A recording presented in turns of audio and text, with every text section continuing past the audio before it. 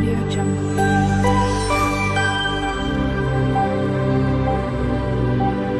Audio Jungle.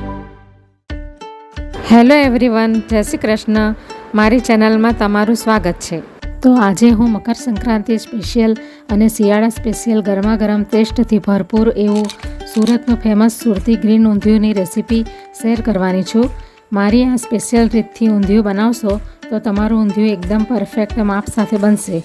ના ખાટું ના મીઠું, એકદમ સુપર ટેસ્ટી બનશે.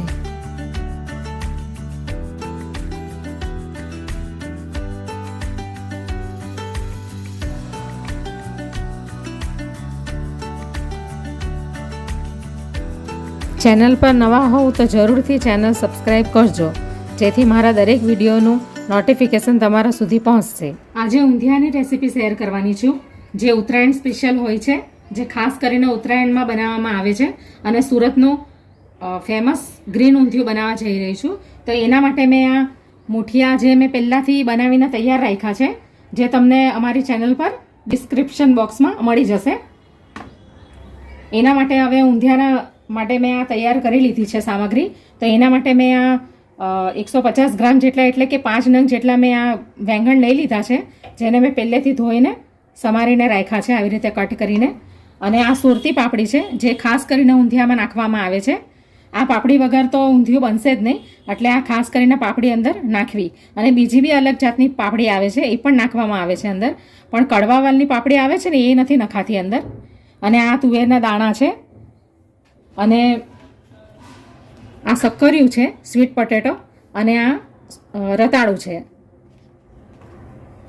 જે પર્પલ કલરનું આવે છે ને, પેલું પર્પલ યમ કરીને. અને આ લીલું લસણ છે. સૌથી પહેલાં આપણે આ વેંગણને ફ્રાય કરી લઈશું.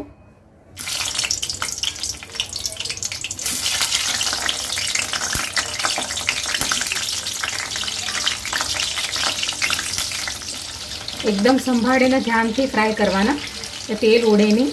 એટલા માટે એકદમ પહેલાં એને ધોઈને એકદમ કોરા કરીને લૂછી લેવાના, એટલે ઓછું તેલ ઉડશે. આવી રીતે આપણે બધા વેંગણને ફ્રાય કરી લેશું. તો હવે આપણા વેંગણ પણ ફ્રાય થઈ ગયા છે, એને આપણે કાઢી લઈશું. અને પછી આપણે આ રતાળું અને શક્કરિયાને પણ ફ્રાય કરી લઈશું. હું અંદર બટાકા નથી નાખવાની. હવે આપણે એને બધા કાઢી લઈશું.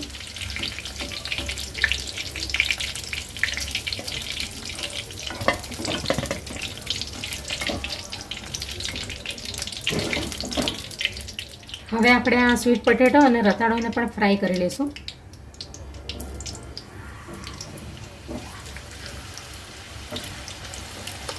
એને પણ મેં ધોઈને કોરા કરી લીધા છે. આવી રીતે ધોઈને કોરા કરી લીધા છે પહેલેથી.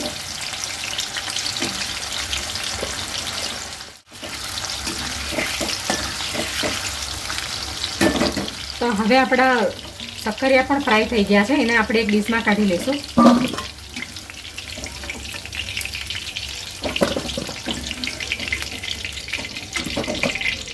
હવે આપણે આ રતાળું પણ ફ્રાય કરી લઈએ.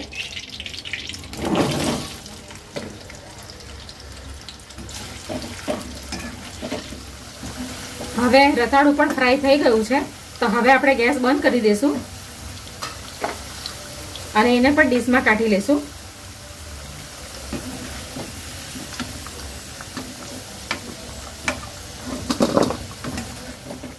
તો હવે આપણા વેંગણ અને રતાળું અને શક્કરિયું, જે આ ત્રણેય વસ્તુ ફ્રાય થઈ ગયું છે, હવે આપણે ઊંધિયામાં નાખવાનો મસાલો આવે છે ને, એ આપણે તૈયાર કરીશું. ઊંધિયાની અંદર મસાલો કરવા માટે મેં આ કોપરાનું છીણ લઈ લીધું છે, 3 ચમચી લઈ લીધું છે. આ સિંગદાણાનો ભૂક્કો છે, જેને મેં શેકીને ક્રશ કરી લીધી છે પહેલેથી. હવે આ 1 ચમચી જેટલા આપણે તલ લઈ લઈશું અંદર. સફેદ તલ આવે છે ને એ.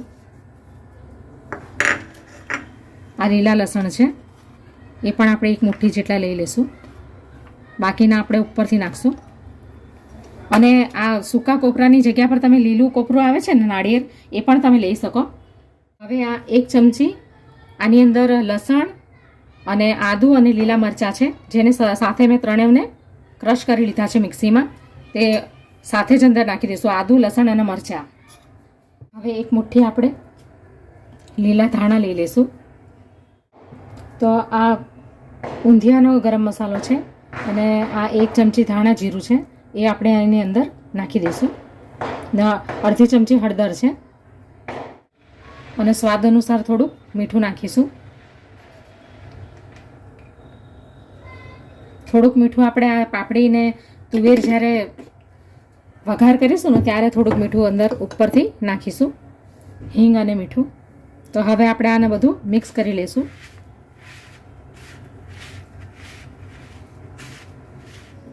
તો આપણો ઊંધિયામાં નાખવાનો મસાલો તૈયાર કરી લીધો છે.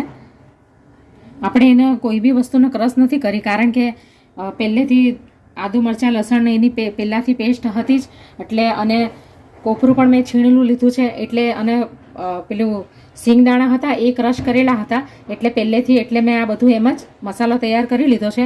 હવે આપણે ઊંધિયું બનાવવાની તૈયારી કરીએ. તો હવે આપણે ઊંધિયું તપેલામાં બનાવવાના છે, એટલે તપેલું મેં ગરમ કરવા માટે મૂકી દીધું છે. અને જે પેલા મુઠિયા તળેલા હતા, મુઠિયા અને સક્કરિયા અને રતાળું, એ જ તેલ મેં આમાં લઈ લીધું છે. તો હંમેશા એવું જ કરવું કે મુઠિયા તળેલું જે તેલ હોય ને એનો જ ઉપયોગ કરવાનો ઊંધિયામાં, તેથી ઊંધિયાનો ટેસ્ટ એકદમ પરફેક્ટ અને સારો આવશે. તો હવે આપણે આ 1 ચમચી જેટલું અંદર અજમો ઉમેરી દઈશું. થોડા 2 ચપટી જેટલા અંદર તલ પણ નાખી દઈશું. હવે આપણે અંદર અડધી પોણી ચમચી જેટલી હિંગ એડ કરીશું. હવે આપણે આ પાપડી જે આપણે પહેલેથી તૈયાર કરીને રાખી છે, છોલીને સુરતી પાપડી, એ નાખી દઈશું અંદર. આ તુવેરના દાણા એ પણ નાખી દઈશું. પાપડીને અને તુવેરના દાણાને આપણે આવી રીતે તેલમાં પહેલાં ફ્રાય કરી લેવાના બરાબર. આ પાપડીના ભાગનું અંદર મીઠું નાખું છું અંદર, બાકીનું મસાલામાં મેં નાખેલું છે સ્વાદ પ્રમાણે, એટલે આ પાપડીના ભાગનું છે.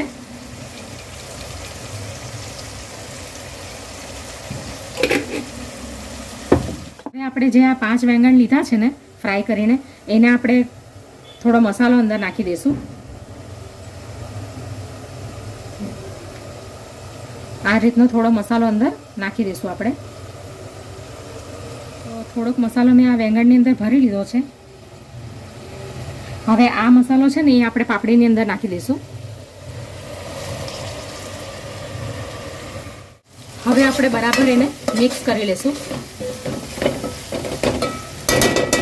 પાપડી થોડીક નરમ થાય અને ચડી જાય એટલે પછી આ બાકીનું અંદર નાખી દઈશું બધું, બાકીની સામગ્રી. હવે પાપડીને આપણે ચડવા દઈશું. આપણે આ પાપડીને થોડીક વાર ઢાંકી દઈશું એટલે બરાબર ચડી જાય. ખુલ્લી રાખશું તો એ થોડી અધકચરી રહેશે, એટલે આપણે એને ઢાંકણાથી કવર કરી લઈશું પહેલાં, પછી ચેક કરીશું ચડી છે કે નહીં.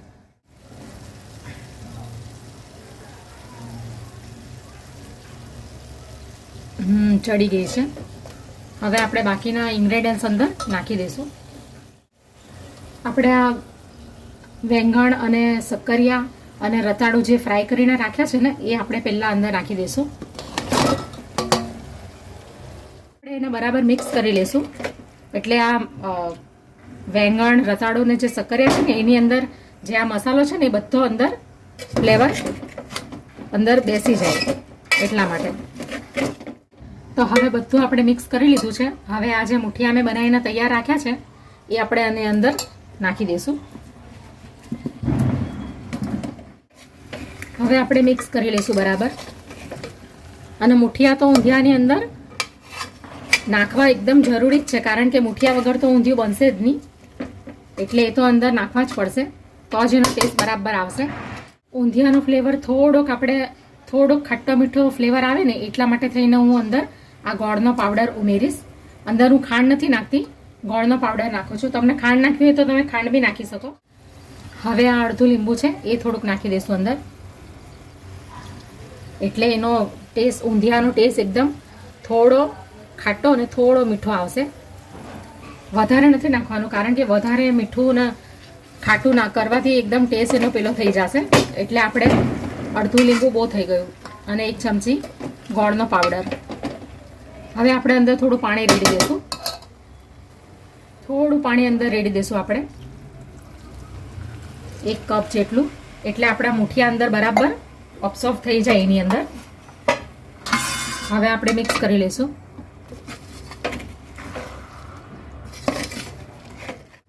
થોડું ગ્રેવી થાય ને એટલા માટે થઈને પાણી આપણે અંદર 1 કપ જેટલું રેડી દેવાનું.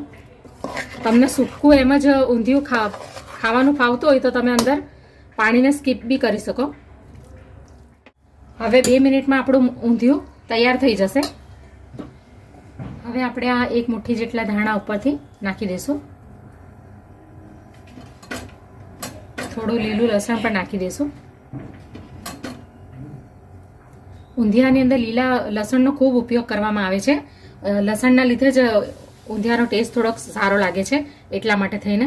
તો હવે આપણે એને 1-2 મિનિટ સુધી ઢાંકી દઈશું એટલે મુઠિયા થોડા નરમ થઈ જાય. હવે 2 મિનિટ થઈ ગઈ છે. આપણે હવે એને ચેક કરી લઈએ.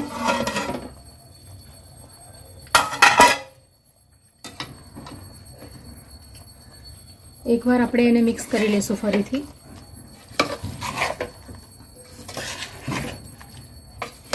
બધી શાકભાજી બરાબર ચડી ગઈ છે અને મુઠિયા પણ બરાબર અંદર પોચા થઈ ગયા છે. તો હવે આપણે ઊંધિયું તૈયાર થઈ ગયું છે. હવે આપણે ગેસ બંધ કરી દઈશું. તો હવે આપણું ઊંધિયું તૈયાર છે. તો હવે આપણે એને પ્લેટમાં કાઢી લઈએ.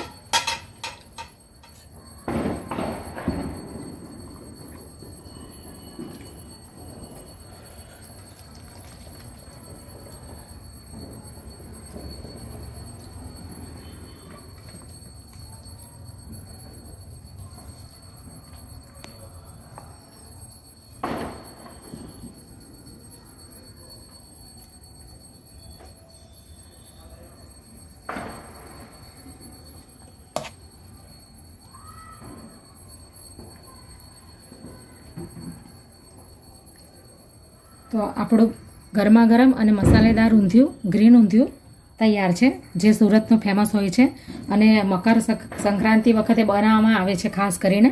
અને ખાસ કરીને શિયાળામાં બનાવવામાં આવે છે કારણ કે શિયાળામાં બધી જ જાતના વેજીટેબલ અવેલેબલ હોય છે એટલા માટે. તો હવે આપણે ચેક કરી લેજો કે બધા શાકભાજી ચડી ગયા છે બરાબર.